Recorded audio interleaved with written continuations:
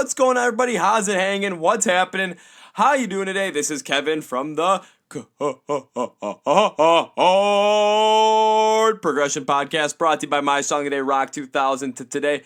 Happy Tuesday to all of you once again. It is October 29th, and I'm glad to have you here with us. Again, if this is your first time ever listening to the Chord Progression Podcast, brought to you by My Song Today Rock 2000 today, I want to give you a gigantic welcome. If this is not your first time and you're a returning listener, I want to say, hey, thanks for sticking with us. I really appreciate it fully. And I mean dead serious. I really do appreciate it because this is what I love doing. I love talking music with you guys. I love interacting with you all about music because rock music is, and I'll throw metal in there as well because we're kind of all over the place with both of those. But they're some of the greatest things to ever come out from mankind, and they need to get big again. So we're trying to get that going for you. I got one hell of a solo show for you today once again because I'm shooting this, of course, right now the day before it comes out, and I'll get into a little bit of why, but let's go into our shameless plugs. So, of course, shameless plugs, if I had any kind of advertising, this is where it would end up, but I don't. So, I'm just going to say this. Check the description of the podcast episode and follow us on Instagram, Facebook, Twitter, TikTok. Subscribe to our YouTube channel. Add our Amazon Alexa skill. Did she turn on? No, she didn't. And also, subscribe to the Chord Progression Podcast. So Facebook, you're going to find out anything you need to know about any releases. Twitter, we're going to talk to you guys. TikTok, we're going to post some fun videos if I freaking remember to. Instagram, that's where kind of a lot of this lives. And that's where our biggest following is because we will post everything, My Song Today stuff. We will do stuff like, ask you, like on Mondays, we always ask you, what is the best album of this certain band? Always a different band every single Monday, so don't worry about that. And then we end up going into a couple of other things, kind of like, hey, IGTV videos where you get a behind-the-scenes look at what we're doing. Live streams every Wednesday night at 9 p.m. Central Time to basically learn about, interact with us for an hour, ask us questions, or ask me questions, actually, get answers, all that kind of fun stuff. YouTube, we go into the, album reviews, which we've done a lot of, and I've got hopefully the last one this year, but I don't think it's going to be the last one this year, and I'll speak about that in a little bit. But yeah, we do a bunch of fun stuff in there, so subscribe to that. Amazon Alexa skill is where you can hear the whole entire Song of the Day feature. But now on Instagram, Facebook, and Twitter, we are doing a 30-second feature like we do for Small Band Saturday, so you get to hear a preview of the song. And Small Band Saturday as well. We're going to start to do our third round of submissions because I've got submissions up until middle of January 2020, and I'm going to need some more, so get ready for that. You're going to see some other small bands coming through the woodwork very soon. So enough with the shameless plugs. I know you guys don't want to hear me talk about them, but I'm going to be completely honest with you. I'm beat. I am beat because I actually had the day off today from my full-time job. Yes, I did. And the reason I had the day off from my full-time job was because yesterday around 12:30 in the afternoon, I left Milwaukee to truck my basically 5-hour journey west to Minneapolis, Minnesota, where I went to school for 3.5 years. So I lived up there for 3.5 years because I've got friends up there and we all wanted to go see a certain show last night together at the Armory in Minneapolis. So we were going to go see Beartooth, I Prevail, and A Day to Remember. Now, I know we have a bunch of big Beartooth fans out there. I did an album review of Trauma by I Prevail, which came out in March of this year. And one of our Instagram followers, Silverline Motherfucker, or his name is Jake, actually. He was on the podcast as well talking about it, so you can find it. So I think it was one of the first 10 at least that we did that on. So it was very early on. I think it was 5 or 6 we did that on. And then you guys know about my little bugaboo with A Day to Remember where I had an ex who... She was really into A Day to Remember, and I never really got into them, so when the split happened, and me not doing so well, I kind of stayed away from their music completely just to not think about it, but, time has passed, time has changed, and I really want to go see them live because I've seen how crazy their shows can get, so let me talk about this show, because this Degenerates tour that A Day to Remember went on with has been something that a lot of people were super psyched about right when it dropped. I believe it dropped in like July or August. I think end of July is when they announced it.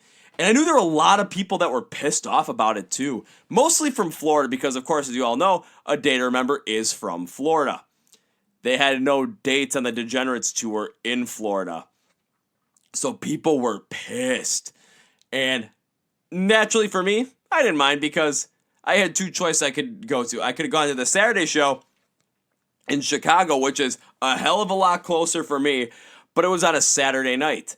And that's the same Saturday night, the Saturday night before Halloween. And that's when they do all like the nighttime trick-or-treat stuff. So at my parents' neighborhood, where I grew up, it was always a big thing. So I wanted to go there and hang out with my parents, my old neighbors, and just have a good time. Well, it rained the whole entire time, so really we just kind of hung out. It was still fun, though. Don't worry about that. But then on Sunday, I'm like, we're going to do Minneapolis. I've got a couple of friends that are going to the show, so let's drive up to Minneapolis for 5 hours. And then I stopped at my favorite microbrewery up there to get my growler refilled, have a quick drink, and then went to the Armory. So now the Armory is a venue in Minneapolis, and it was a really big concert venue because it basically was fashioned from an old hockey barn. You know what? I'm actually going to take a look at that when it comes to the history of the Armory because, you think Armory, you're like, oh, this is going to be, oh, shoot. Man, I'm really losing it. Yeah, the Armory in Minneapolis. Let's see if I can find some of the history behind it. So, yeah, it basically looks like an old hockey barn. So, yeah, it's an 8,400 person capacity music venue located in downtown Minneapolis. It's about 2 or 3 blocks east of US Bank Stadium where the Minnesota Vikings play. And I've got my Vikings hat on right now for you guys. It's also about 3 blocks west of US Bank Stadium, 2 blocks east of Government Square. The Armory was built for the Minnesota National Guard in 1935 to 36 and was also used by the Minneapolis Lakers. Yes, the Minneapolis Lakers. This was a team that was in Minneapolis that moved to LA and is now the LA Lakers from 1947 to 1960. So this was originally an Armory that then became the arena for the Minneapolis Lakers. And then when the Minneapolis Lakers left, it's basically an old basketball barn and an old Armory. However, now it's a music venue. And I gotta say, it's still for the venue size it is, this is not your typical concert hall, ballroom style. Like, this is a lot bigger. Probably 4 times bigger than your ballroom style. Because your ballroom style, you might be able to get two grand worth of people in there. But this one, you can get 8,400. And you had tiers on. So the floor was just huge. Then you had a little spots off to the side on both sides that had, the bar there. You can get food there, that kind of stuff. So you had your space on the sides. Then you had 2 balcony levels that were both on the sides. But the middle was still completely wide open. I actually really liked this venue as well because, like I said, this wasn't, this wasn't something that you're gonna get for a ballroom style or like a concert hall style because you're gonna draw a lot more people than you're gonna want for that. But if you're not able to get, the amount of people for an arena show, then this is kind of like the perfect size for that. And I really thought for the size that a band like A Day to Remember, this was like a great size for them. And we did sell out the whole entire arena. So let me get into the music because we had a couple of bands in there. I can't remember what the first name of the band was. Let me look it up. I gotta look it up because I do not even know who the name of the band was. That's gonna kill me if I don't. It doesn't even tell me who it is. I can't even remember who it was. Shoot, this is not good, guys. How am I not doing this? This is gonna kill me. Let's see if I can look at past events. I don't think they're gonna show me past events, but we'll see if I can pull it up. Events. Yeah, I don't think they're gonna show me past events. Even though what we just saw. I can't remember the name of the band, but I know my friends and I, we were just kind of like, what was this? It just wasn't something that we were really kind of into. I mean, the best way to describe the band, that was the opener, the complete opener, because they had an opening act that was on for 20 minutes. They weren't bad. They weren't good. They're just kind of, I mean, my buddy and I were just kind of, he was standing drinking his beer, and we were just kind of trying to find my other friend too in the crowd. But we just kind of were like, oh, okay. So that's not the important part. The important part is when the next band came on. And now this has been a band that people have been telling me I have got to go see at least once. And especially right now when they're really focused on the Disease album, and that's Beartooth. Now, Beartooth Disease album, if you guys remember, was the one that I picked as the best album from 2018, and I firmly still stand behind that because Caleb Shomo and the guys really put on one hell of an album. So I gotta pull up the set list for that one too. Man, I had the set list pulled up for just a day to remember. Just so I can remember exactly what was all played for you guys and I can actually speak to it. So yeah, Armory, Minneapolis, Minnesota, December 27th. So they started out with, by playing We Will Rock You. So, but they didn't play, they just played over the loudspeaker or the speakers, and people were getting into it. We were kind of all chanting, singing Queen's music, and I thought it was great, especially because the day beforehand, I got a picture from my brother who works at a bar on Regent Street in Madison, Wisconsin, which is where the University of Wisconsin, where their big bar scene is. He works a quarter mile away from Camp Randall Stadium, where the Wisconsin Badgers play football. But you guys know I'm a Gopher fan because I went to Minnesota. So, but he dressed up as Freddie Mercury, worked behind the bar, and said that he was going to end up doing something kind of singing because they're going to make him do it. And I finally saw the video today. They got him up on the bar, and he sang Bohemian Rhapsody, and everyone in the bar was full-on force behind it, singing with him. I just thought, shit, I should have been there. But just mixing it with We Will Rock You at the same time, I was really into it. I'm liking this. Then they jump out and start playing The Lines. So this is Beartooth now. Beartooth starts playing The Lines, and to be honest, I'm like, okay, I'm getting into it because I'm pumped. Beartooth's coming out. I'm seeing him with my friend who absolutely loves Beartooth. One of my other friends, I got to see him with 5 different people, and we were just into it. And the guys came out. They brought some good energy, but Caleb Shomo, oh my God, was that dude on some kind of level. He was bouncing around, going nuts, going crazy the whole entire time. He was not relenting. So the opener, the crowd was really feeling it. Then they jumped into Hated, and everyone was starting to get really into the song, singing along. As we went through, I was getting a little concerned at this point as we were going through the set list because they kept talking about, this crowd, there's energy. We got to get it going. We got to really amp it up. We got to create some pits. We got to get some circle pits going. And I'm like, okay, can we, see it?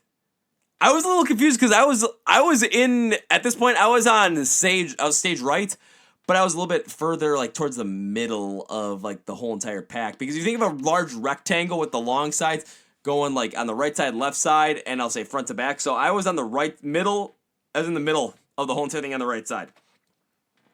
And I'm like, oh man, there's nothing that seems like there's really that much big of a mosh pit going on. I've seen bigger. I mean, I've been in bigger. I've got hurt in bigger. But it seemed like there was just something not up with the crowd where it's the energy from the band did not match the energy of the crowd. When we went, You Never Know. I mean, everyone really got it. Never know until you, and everyone just started going, no. So that was pretty cool. Disease, of course, my favorite song that they played the whole entire night because I love that song. But I actually really liked what they did because it didn't sound like it did off the album. The guitar keys the guitar was was tuned a little bit differently so that it sounded a little bit twangier and a little bit more drawn back a little bit. Caleb's vocals still really shine though, as he was just going ballistic the whole entire time. The fans really got into it when they played the In-Between to end the night. And when they started playing the In-Between, that's when Caleb called for a giant circle pit, giant mosh pit. And all of a sudden, people start pushing forward. And I'm just like, yeah, I'm getting moved towards a mosh pit. I'm able to get through this crowd. I look and I see my buddy's wife, and she's just getting swallowed up by the crowd going forward towards the pit. And my buddy's just like, I think I lost my wife. And I just kind of was, we were kind of looking for where the hell did she go? But then, of course, we're just enjoying it, having a good time. And my buddy we lost, he was kind of sitting in the back still trying to find her while my other friend and I, so at the end we were kind of a little bit forward. And while we were waiting for I Prevail to come on, of course, there's a couple of girls right there. Him and I started talking to him. He was getting more into a talk with them. Plus, they really liked his funky hair because dude actually has pretty good hair. A lot better than me. I was wearing my Kevin Harvick hat, and I look like a dope. But I always look like a dope. That's just me, though. Ha ha ha ha ha. But overall, so when it comes to Beartooth's set, I really did enjoy it. But overall, something seemed a little off with the crowd where the energy that the band wanted versus the energy that the crowd gave them was a little bit off. And I thought Caleb Shomo really came out and just performed insanely.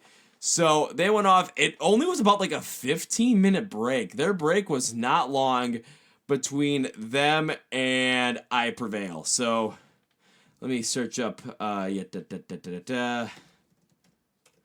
Prevail's set list because I got to make sure I get this right. So they started out with Bow Down, and as you guys know, Bow Down, I mean, that is a hard-hitting track off of their latest album. And people were going nuts. So I'm like finally feeling the energy, but I'm still looking for the mosh pit. It just really wasn't going for Bow Down. People were going nuts. I was going nuts. My buddy was going nuts. The girls next to us, everyone was having a good time. We were just going ballistic. And then they went to Gasoline. When they came out with Rise Above It, they had Justin Stone featured on that track, and Justin Stone did come out for his feature. I mean, I saw him stand up in the balcony. He came out for his feature, and he was wearing a Minnesota Golden Gopher hockey jersey, which of course got the people going crazy. My buddy Ross decided to point up the W for Wisconsin. I felt like, I might have to punch this man in the face, but then again, this is my buddy Ross, and he's let me sleep on his couch at the end of the night. So maybe punching in the face ain't the best idea. If we're in the mosh pit, then yeah, we can definitely probably pull that off. But I digress to the next part of it. So they keep going on. They did Scars, Paranoid. Paranoid kind of brought the vibe down a little bit. Then they went into Hurricane. I really like Hurricane as a song. I really like the vibe that it gives off because it kind of goes through a bunch of different mixtures. Then they went into Breaking Down, which of course is a much slower, much more impactful song when it comes to the meaning, the message behind it. So they tried to slow it up to really add to the impact. But the crowd, it really brought the energy down, as I could tell. And I'm like, oh, this is not something that I was going to hope for. At the end of the night, they played Come and Get It. And they were begging for more energy. They were begging for more energy from the crowd, saying, we want to come back. We're loving this, but we need more energy from you guys. We keep asking for more energy. We need more energy. And I was feeling the same way. Like, they need more energy. So right before Come and Get started, they called for a circle pit around the sound booth, which I had a little bit of, like, yes and no to it, where, yes, I like the movie because who the hell puts a circle pit around a sound booth? Like, that's awesome. But then where I didn't like it was, you put the circle pit around the sound booth, no one can get into the middle, so you're literally just running around the sound booth in a circle. I'm like, come on. The circle pit, what that usually leads to? They lead to the mosh pit, yo. So I was a little, on off about that. I still like the idea for what it brought to the table and overall what they were trying to go for, try and create something crazy. At the end of it, I mean, they went nuts. The crowd was getting more into it, but still, I didn't think that the crowd's energy and participation level really matched what they were bringing forward. And at the end of it, my buddy and I did get pushed forward even more so. So we were about 25 feet away from the barrier. And we're like, okay, so we're still moving forward. Overall, with I Prevail set, guys, can you come to Milwaukee and play the rave? I mean, just have a headliner. Just please come play the rave. Same thing with Beartooth, too. Please come and play the rave because you're going to get some kind of a crowd there that's going to go absolutely bonkers, especially I Prevail, I believe, because if they really focus in on more of that harder sound. But then again, I think Beartooth would do even better if I say that, because with I Prevail, they're going to mix in some of those softer ones like Paranoid and Breaking Down. And even though Hurricane, I love that song, it does have a little bit of a fluctuation to it. But like Beartooth could easily create one hell of a crowd that Milwaukee would, go ape crazy for. Kind of like, what I saw for Motionless in White. And the crowd for Gwar even was pretty freaking awesome. Getting sprayed with all that blood and bile.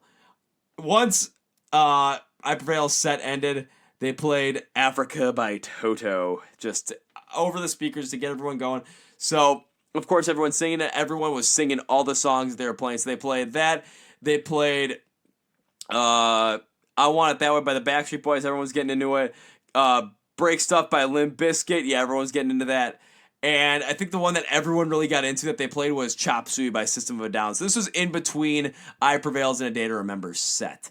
And so we were having fun, like, yeah, like Chop Suey was something insane. And now, like, some songs I wish they would have played that really would have gotten some people going, like Chop Suey. I wish they kind of would have played Riot by 3 Days Grace just to kind of get people really back up into that energy. Oh, shit. I said energy.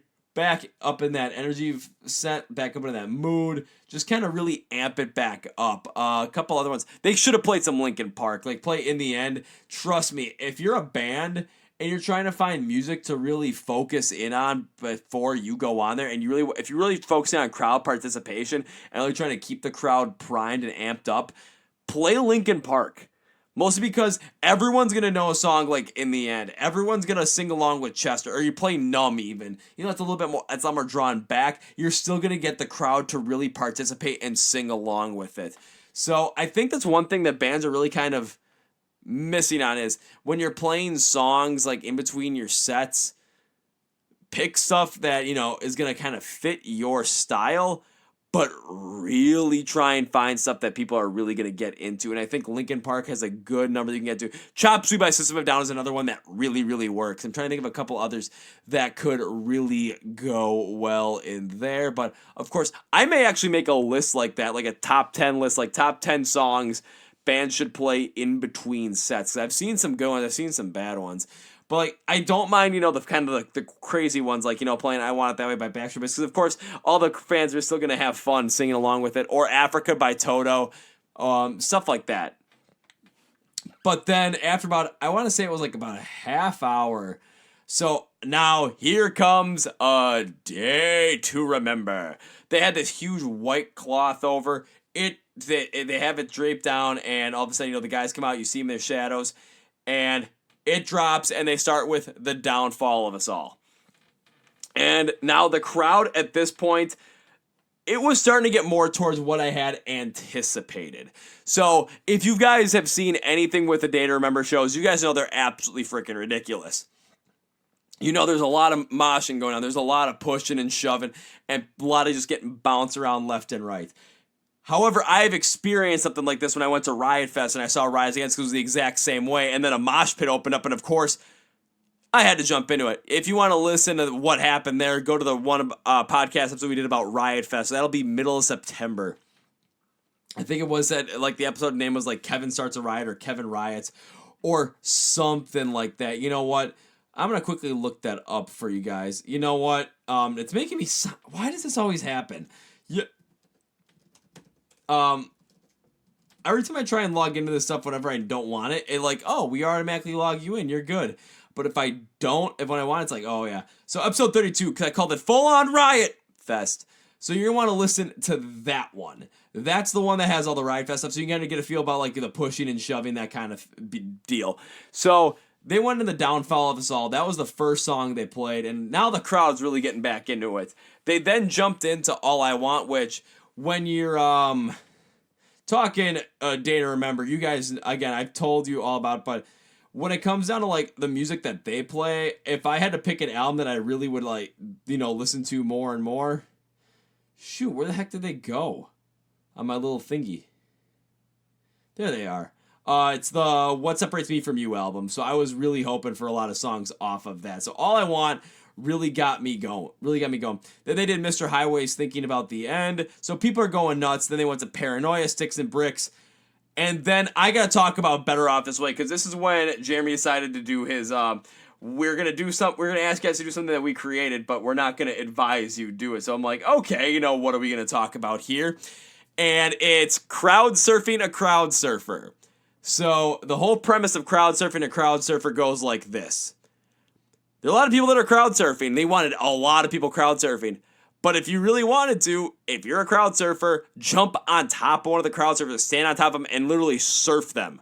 So, of course, while they're just talking about that, there's like 2 or 3 groups of people that are trying this already. And Better Off This Way comes out, and there's just a plethora of people crowd surfing, and more plethora of people, too, Crowd Surfing the Crowd Surfer. If you guys want to take a look at what that looked like, I mean, you can go to our Instagram page, and I do have a video of that one going on. And that was like the peak of the crowd at that point. So everyone was really, really, really into it at this point.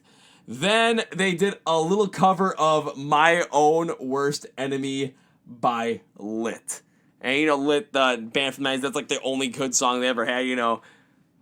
Please tell me why God is in the front yard and I sleeping with my clothes on. I came in through the window last night and you're gone. Okay, I'm sorry if you had to listen to my horrible singing voice, but they really cover the first part of It's My Own Worst Enemy. And I love how Jeremy put, he's like, we got a little surprise for you, but it's not a surprise if you cheated and watched us on YouTube. So I kind of got into that as well. And then they went right into Right Back at It Again, and I actually really like Right Back at It Again. That was probably the first song I listened to from the band that I'm like, you know what, now I'm starting to dig them a little bit, because I like the sound of it, and that's kind of where it peaked.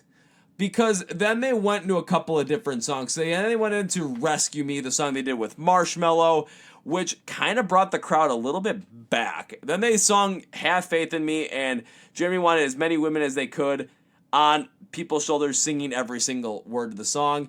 And that just kind of brought the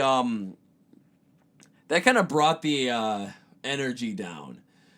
They tried bringing it back by playing Degenerates, their latest single, but that really didn't bring the energy back up. However, at this moment, that's when Jeremy, of course, told us that they are coming out with a new record called You're Welcome. Yes, he said it was called You're Welcome, but no date was given. If I am correct, so the rumors have been circulating around for me to find out when this is coming out, and when I was talking about how the album review I did for this week's episode, how I was hoping it was going to be my last one of the year, this is where I said maybe not so fast, because the rumors are for this one that it's coming out on November 15th. So that is going to be 2.5 weeks from now. However, please note that this is just a rumor. There is no actual date set for a day to remember's Your Welcome album coming out. However, the rumors have been telling me 2.5 weeks, so we'll see what happens.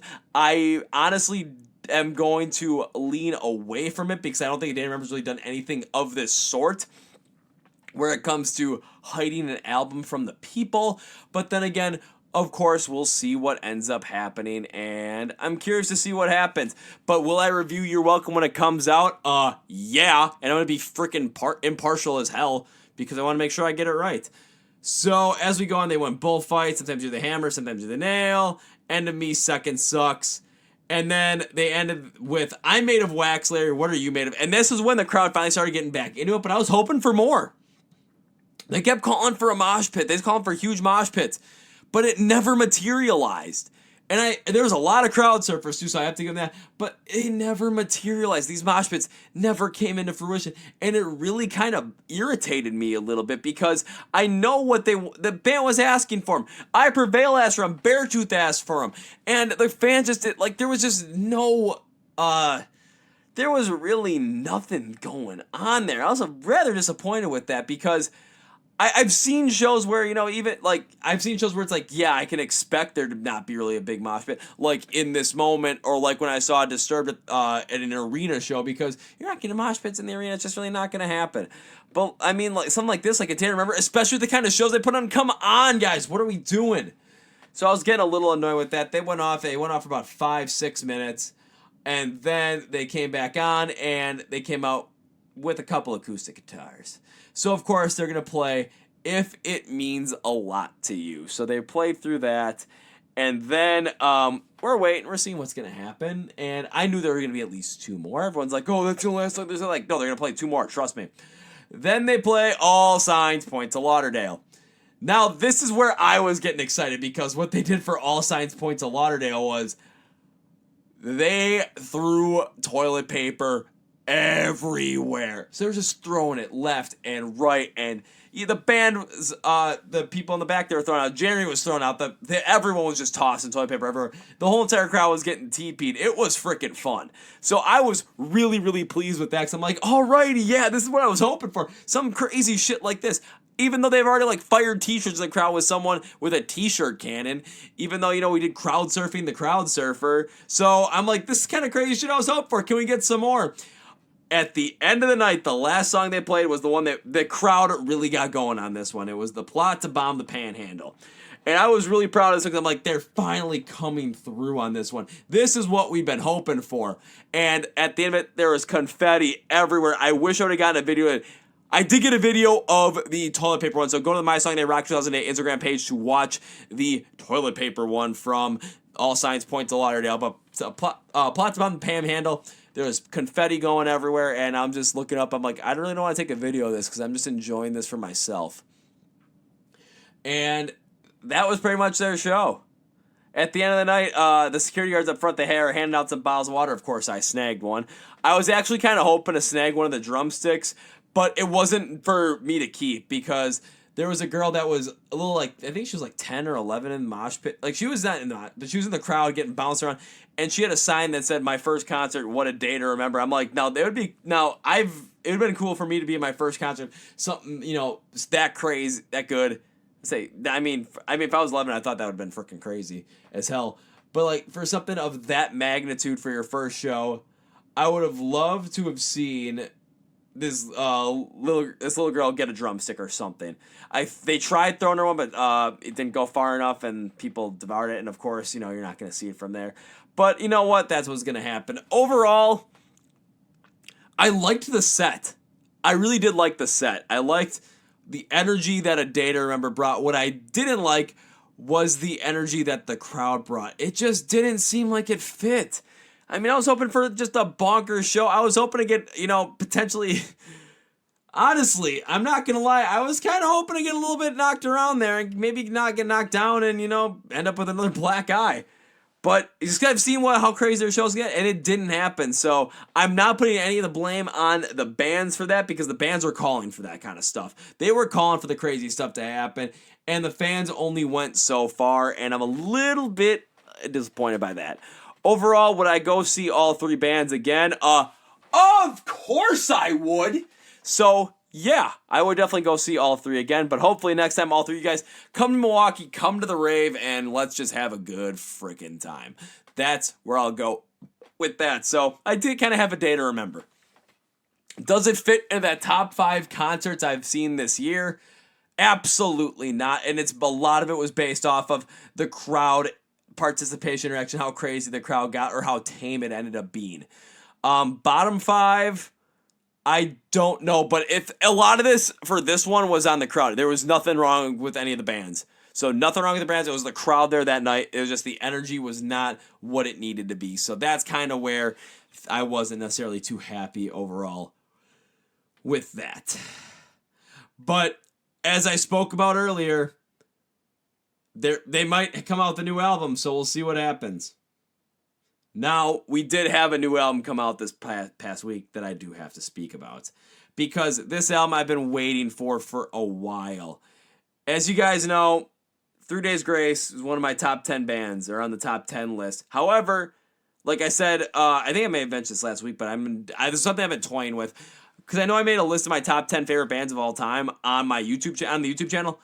But every single year, I'm thinking about going back into it and reacting to my list and potentially updating my list, see if there's any movers and shakers.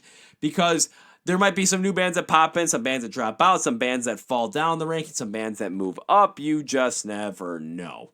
So, with 3 Days Grace being one of those bands, of course, I've spoken about this earlier. I'm not that big of a fan of the Matt Wallace era. There are good songs in there, but it's just not as consistently great or as gritty or as pulse pounding to me as the Adam Gontier era was. So I'm talking the original 3 Days Grace album, 1X, which is a masterpiece. Life Starts Now and Transit to Venus, because he's part of Saint Asonia with a couple of guys from what was it? Was it Static X or Stain that he was working with? I can't really remember, but I gotta find this. I know I have it here somewhere. It was Stained. Okay, so it was working with guys with Stained. My bad. That's on me. And his cousin as well. So Saint Asonia. They came out with their first album in 2015. And I love some of the songs on there, like Fairy Tale, Let Me Live My Life, Dying Slowly. Oh, that's a good one. Dying Slowly. That's another good one. And when it was released in 2015, it peaked at number 29 in the US Billboard Top 200. And I really liked it because it was like 3 Days Grace 2.0. So this is the original one.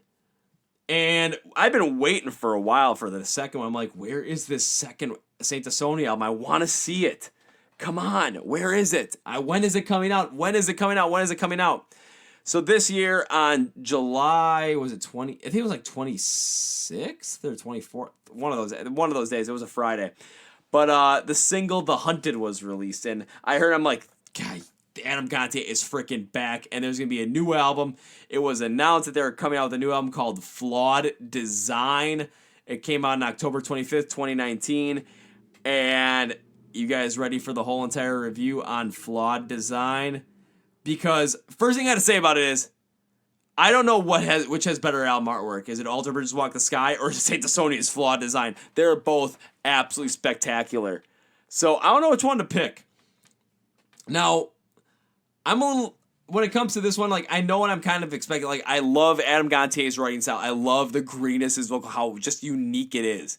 And I know they just announced, Breaking Benjamin just announced today that their acoustic album finally is about to come out. So they're kind of doing what they did with What Rises Against It with the Ghost Note Symphonies, where they're taking their songs, making acoustic, probably put a little twist on them. And Breaking Benjamin does have a couple of features, like Lacey Sturm, Spencer Chamberlain of Under Oath, and of course Adam Gontier is featured on Dance with the Devil. So if you guys want to go check that out, wait for the beginning of November.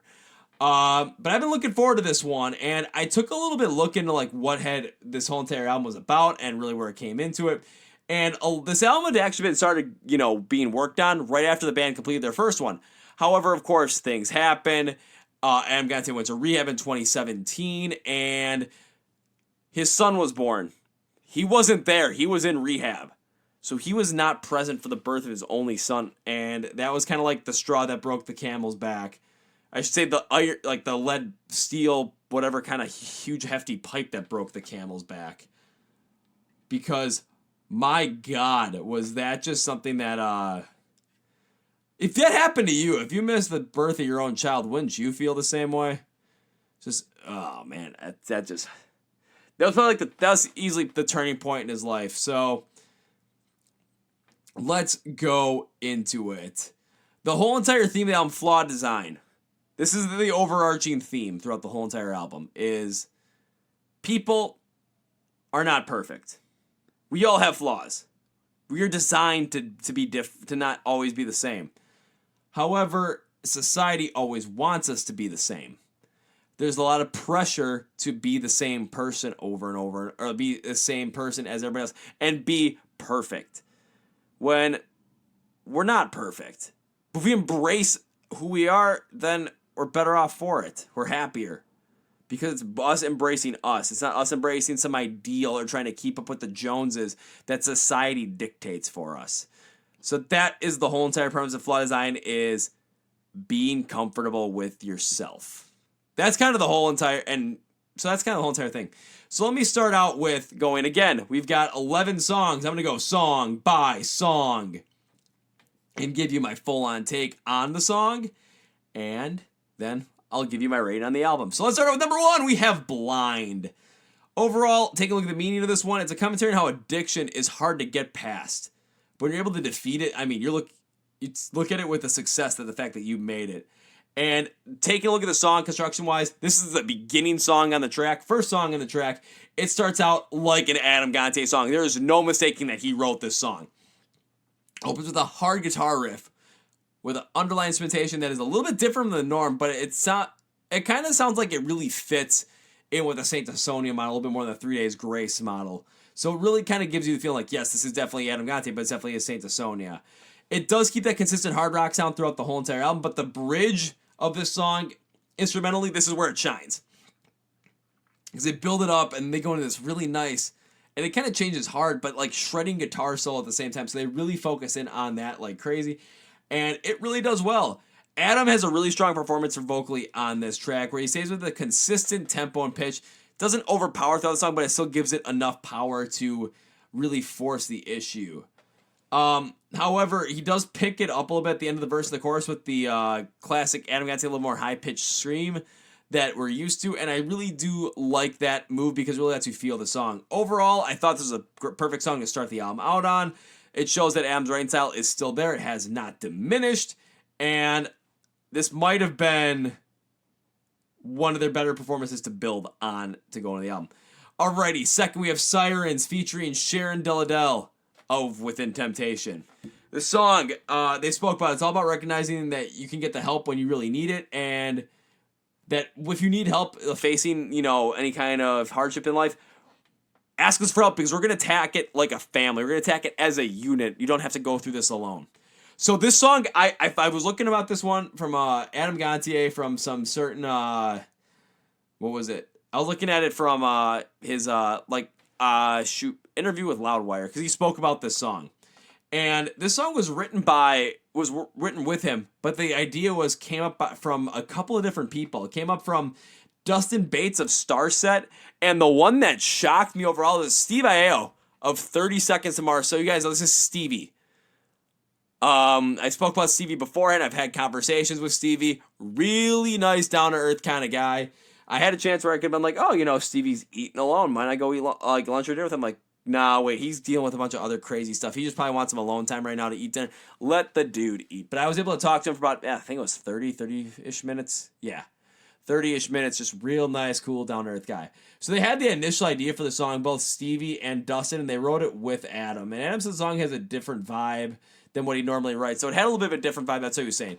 Construction, it was different because the intro has a strong feeling like this is like a Within Temptation song, which of course makes sense when you have Sharon Deladel, on there. But I wasn't expecting it because the first verse and the pre-chorus really had that Within Temptation feel. But then the following verses and the rest of the choruses, it really was like Adam Gontier's style, mixing a little bit within Temptation. So those mostly Adam Gontier's kind of style. The chorus has more of this hard rock kind of sound to it that pops in contrast with the mix between the styles of the verse and the pre-chorus. That really mixes all over the place. And I thought it was really done well. Vocally, they mix well too because they kind of play off each other, the contrast between the male and female vocals really well. It's very similar in a way to how the vocals of the song Awaken Alive by Skillet play with John Cooper's male vocals and Jen Ledger's female vocals. So the contrast is great because Sharon's able to keep a more calming tone, which I believe works incredibly well with the background of the song, especially because there's a huge mixture of Within Temptation in there, specifically in the first verse and in the pre-chorus. But then Adam is more heavily featured, lets his voice find some more range, and the emotion of the chorus. So it really does work well, and I love the mixture. I sound like it could have gone, not so good direction, especially when I've looked at Stevie and Dustin. Like, these guys are more alt rockers, and you're going with more like a Within Temptation, Adam Gontier hard rock kind of sound. But it worked out well. This one really worked out well. Third, we have This August Day. It was the third single released a week before the album came out. And this song is all about, it's very personal for Adam because this song is all about that one day I spoke of earlier when in August of 2017, his son was born and Adam was in rehab in Minnesota. So the song kind of starts out hard and then drives into a similar sound, what you'd hear on like a mix of, like a song like in the mix between what 1X was and what Life Starts Now was. So there's a prominent hard guitar riff in the verse that mixes well with Adam's vocals as it creates this feeling of disappointment. So it really works well with the theme. However, when it comes to the vocals, I was a little disappointed with the chorus because Adam showed a little emotion, but especially for how big of a moment that was in his life to turn everything around, I thought there'd be a lot more emotion showed there.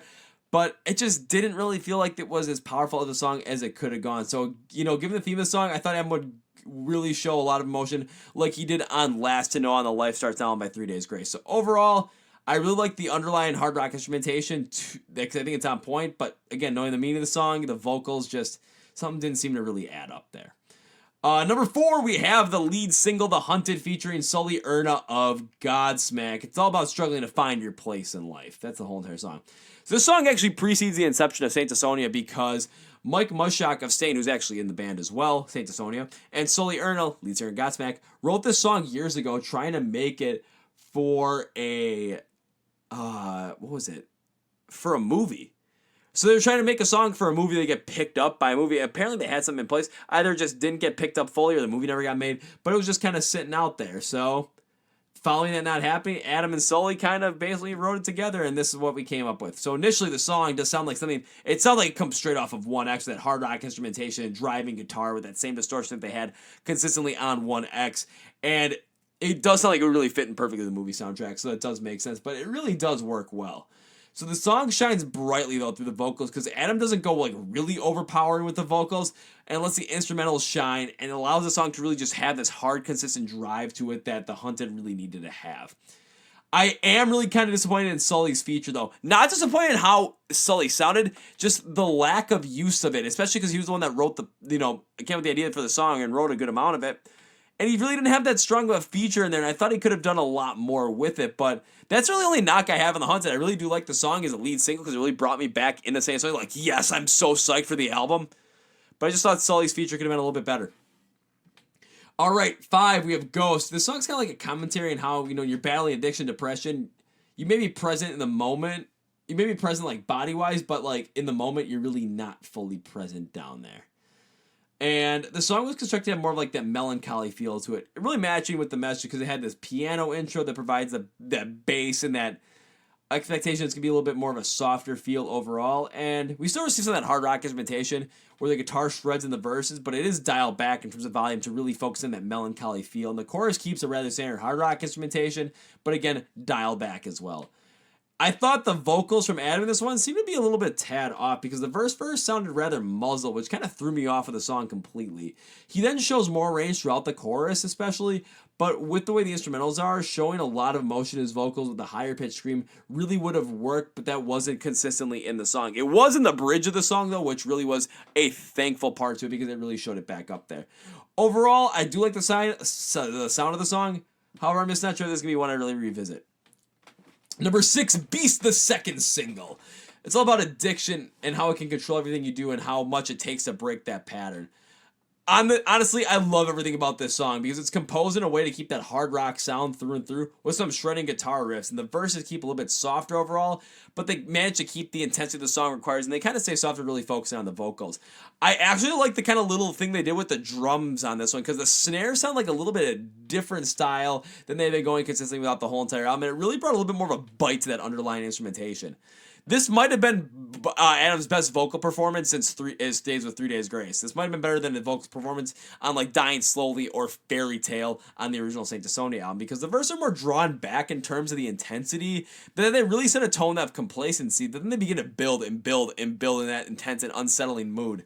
The chorus hits you hard with vocals as he really doesn't scream, but you can feel the intensity with that same emotion of songs, kind of like what he did on Fairy Tale, what he did on Let Me Live My Life. Not Let Me Live My Life, I'm sorry. What he did on Animal I Become from 3 Days Grace. It's probably my favorite song on the album. I love the way it's written, constructed, just good overall. Number 7, we have The Fallen. Song's about to like a tribute to those who went kind of through what Adam did or went through something bad and just didn't necessarily make it through. So looking at the construction, this one's built different because it starts out with that similar softer tone like Ghost had. Then the chorus picks up another classic hard rock sound, which is, again, becoming very common. But the post-chorus got really dialed back, which I thought was the correct move here, as it brings a more reserved, reflecting feel to it, even a grieving feel at times as well. The guitar solo in this one is another one I love after the second chorus, as it gives a more uplifting, like you can beat this, so it really kind of contrasts a little bit. So I'm actually a fan of it, but it just seemed a little bit different. Vocally, Adam is more reserved throughout much of the whole entire song, outside of the chorus, of course.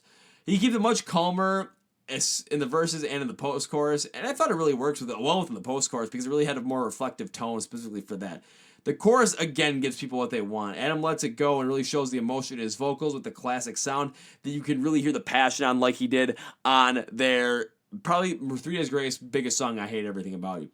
Overall, it's an interesting song, but it was constructed and layered very well. So it's very similar to something that we saw last weekend, Alter Bridge's Walk the Sky Album. The construction, very well done. Another Fight comes in at number 8. It's all about the journey and recovery from addiction. Vocally, Adam gives us a performance similar to Never Too Late from the 1X album, but with a lot harder of a sound. So the verses are more dialed back, but still hit with that hard emotional sense. The chorus is very similar to that feel of Never Too Late. The bridge is where it differs, though, is he's held more back in the track, and they don't mix as well as they do on like Never Too Late with the vocals, especially in the bridge part of that. So looking in comparison to the two, of course, Never Too Late is going to be like their, I think, consistently, was rated like their second best song by a bunch of different like publications, but it just seems like a little bit. It just seems like you didn't really hit the full mark here, especially if that's what you were going for. Instrumentally, it does remind me of Home by 3 Days Grace, but this is mostly later on in the song. As the intro and the first verse really dialed back in that intensity and that sound, but the guitar aids in the building of it. But when the chorus hits, it sounds like Home 2.0. It hits hard, doesn't go too fast, and it uses that to its advantage. Overall, this isn't one of my favorites, but I love the mixing of the vocal styles from one song that Adam wrote to the composition of another one wrote, and it really brings it to us. So I like the way it's moved all across. Now we go to the titular song, Flawed Design. And this song is a commentary on why people feel the need to be someone in public that they are not, striving for perfection that society dictates instead of embracing who you are, your flawed self. That's coming straight from Adam's mouth from his interview with Loudwire. Instrumentally, this song has more of that rock ballad feel too, because when you listen to the intro, it's, you're just feeling rock ballad 2019. That's it. The verses part again with a more dialed back hard rock tone, which is kind of getting a little bit, redundant at this point, because we've seen that from the past couple of songs. The chorus comes in with that similar hard rock sound that we heard on Another Fight, especially in the chorus. Not the biggest fan, as Adam is a complex songwriter. I thought there would be much more mixture in here, and I thought the complexity would be here, where at this point I thought more would be more, not less is more. The instrumentals and the bridge and the solo pick up the intensity enough to really kind of bring you back into the song. And vocally, Adam really kind of keeps it calmer. Doesn't go full force here, as again, the verses are more dialed back. He does kind of pick it up in the chorus, but keeps it with more of a somber tone. And I really don't care for this at the beginning of the song when they do the song somber tone. But as the song goes on, it really kind of hits you nicely. So I don't like the beginning, I like the end, which is really weird. And I liked how he showed a little bit more emotion on the bridge. So overall, I like the song, but it's starting to feel redundant because they're kind of just getting through the same exact kind of feel from the song from the past 3. 2 more to go. We got Justify at 10. The song's all about living the life on your own terms and calling out those who justify someone else's vision of their life as their own. So basically kind of like not living your life your own, you're calling out. Instrumentally, I thought this was a missed opportunity completely. Because the song starts with a much harder sound that we've seen like on Blind, which I'm like, yes! Then the verses go back to calmer and build back to that hard rock sound, which I was excited for. The chorus comes in and brings that hard sound that is more dialed back, which I'm not a fan of it because I've seen a lot of that stuff from the past couple of songs where everything just being dialed back a little bit, and I'm not necessarily sure why. I kind of want to see them more go full force. This is Flawed Design. You're not supposed to be perfect. Let's show them something that's, a little bit harder, a little bit rougher, not perfect, a little bit more undefined. Come on, we got to do this. Vocally, Adams focuses on more ballad-style lyrics and ballad-style vocals. The verses are more dialed back again. The chorus comes out and Adam does show emotion, but just not enough to differentiate from the past 3 songs. I see flashes of like that scream that he can do, but it's just a couple of flashes in the bridge. Overall, not a fan of Justify. It just sounds way too similar to the previous 3. Last but not least, we have the song Martyrs. And this song is all about, how not facing destructive behaviors you may have can severely destroy you and your relationships with people around you. Friends, family, girlfriends, boyfriends, friends, anybody. Instrumentally, they really go with a different kind of rock ballad feels. They keep it slower and more acoustic throughout most of the song, but they still use that electric guitar to provide that like hard rock ballad feel, kind of like what they've done on like a lot of those 80s rock ballads. Kind of like just a kind of construction, but not the sound, just the way it's constructed. I do love the solos this one, as it really fits the song. It really does. Vocally, Adam mixes the styles of 2 of his previous songs with Saint Asonia to really provide us with a unique song experience. So he kind of mixes Leaving Minnesota, which is a lot calmer, and Even Though I Stay, which is a little bit more rougher, but it still kind of has that calming lyric to it. I like this, as it provides us with a more somber tone that really adds to the reflection of the overall album. Overall, the somber feel of this song brings on the more reflective feeling, especially for Flawed Design. Love it how it ends the album. I thought it was a fitting end. So overall, Flawed Design, what do I give it out of 10? Let's go with what I'm going to put on YouTube, 7.5 out of 10. So it's still a pretty good rating. Let's take a look at this overall. what I like about the album. I like what they did with the features where you had Sully Erna featured on The Hunted because it brought us a hard pulse-pounding sound, especially we had the fact that Sully was pretty much a driving force behind the song in terms of writing style. Unfortunately, kind of missed opportunity because I didn't like how little they used Sully. The song Sirens blew me away. I love the mixture of Cher and Adam because it worked out tremendously, giving the song a unique feel. And I can't believe Stevie was one of the ones who constructed it. Stevie, I gotta give you major props for that one, man. Stevie Iao of 30 Seconds to Mars, major props on coming up with Sirens. The first half of this album, though, fantastic. It had a great mixture of songs and constructions because the hard ones that went hard kind of had that same style of 1X. Then we had some ones that were a little bit softer, but really hit on some emotional concepts. And some that just followed suit with Saint Asonia 1.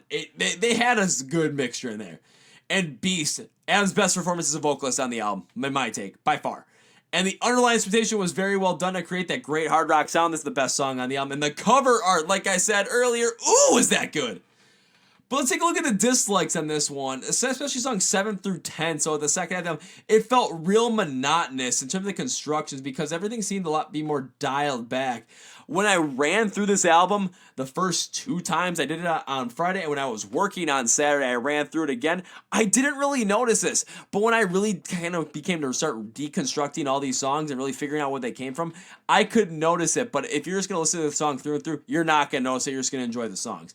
And the softer vocals, because Adam had some really touchy songs I felt like he failed to really capture the emotion on because he just didn't really put it all out there like I thought he would on This August Day, Ghost, and Justify. It just didn't feel like he really put it all out there. Now, Adam did say this was potentially his best work since 1X, so overall, I do have to give credit to Adam Gontier. He's an incredible songwriter. He's always made fantastic music. I've never disliked anything that he made. Now, I'm not sure this one is really as good as 1X. I'm going to say this one was not as good as 1X.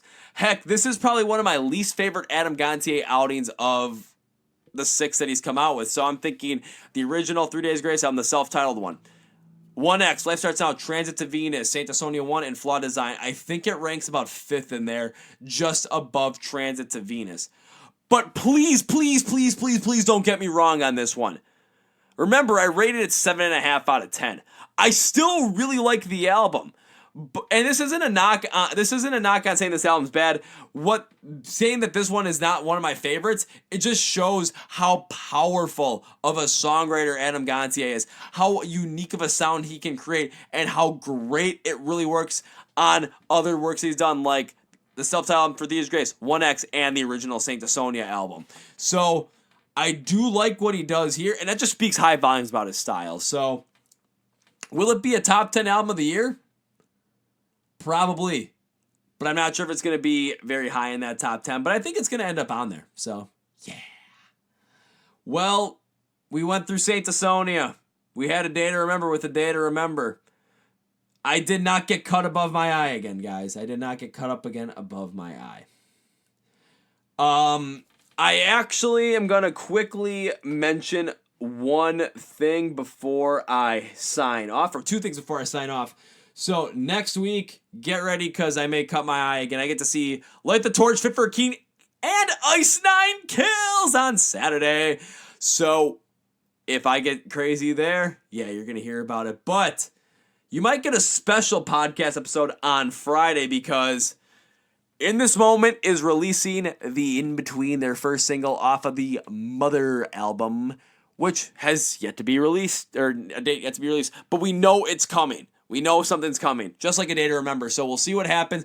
I may do a special podcast episode about that, so we'll see what happens. Or I probably will, so keep your eyes and ears out for that, ladies and gentlemen. But that's going to be it for us today. That's going to be it for me. I want to say thank you guys for listening. Thank you guys for, being a part of this whole entire My Song a Day, Rock Sales a Day thing. Thanks for listening to the Chord Progression Podcast. You guys, I love you guys. Trust me, I love you guys. And let's keep making rock music as great as fucking possible. So this is Kevin from the My Song a Day, Rock Sales a Day Chord Progression Podcast saying, see ya!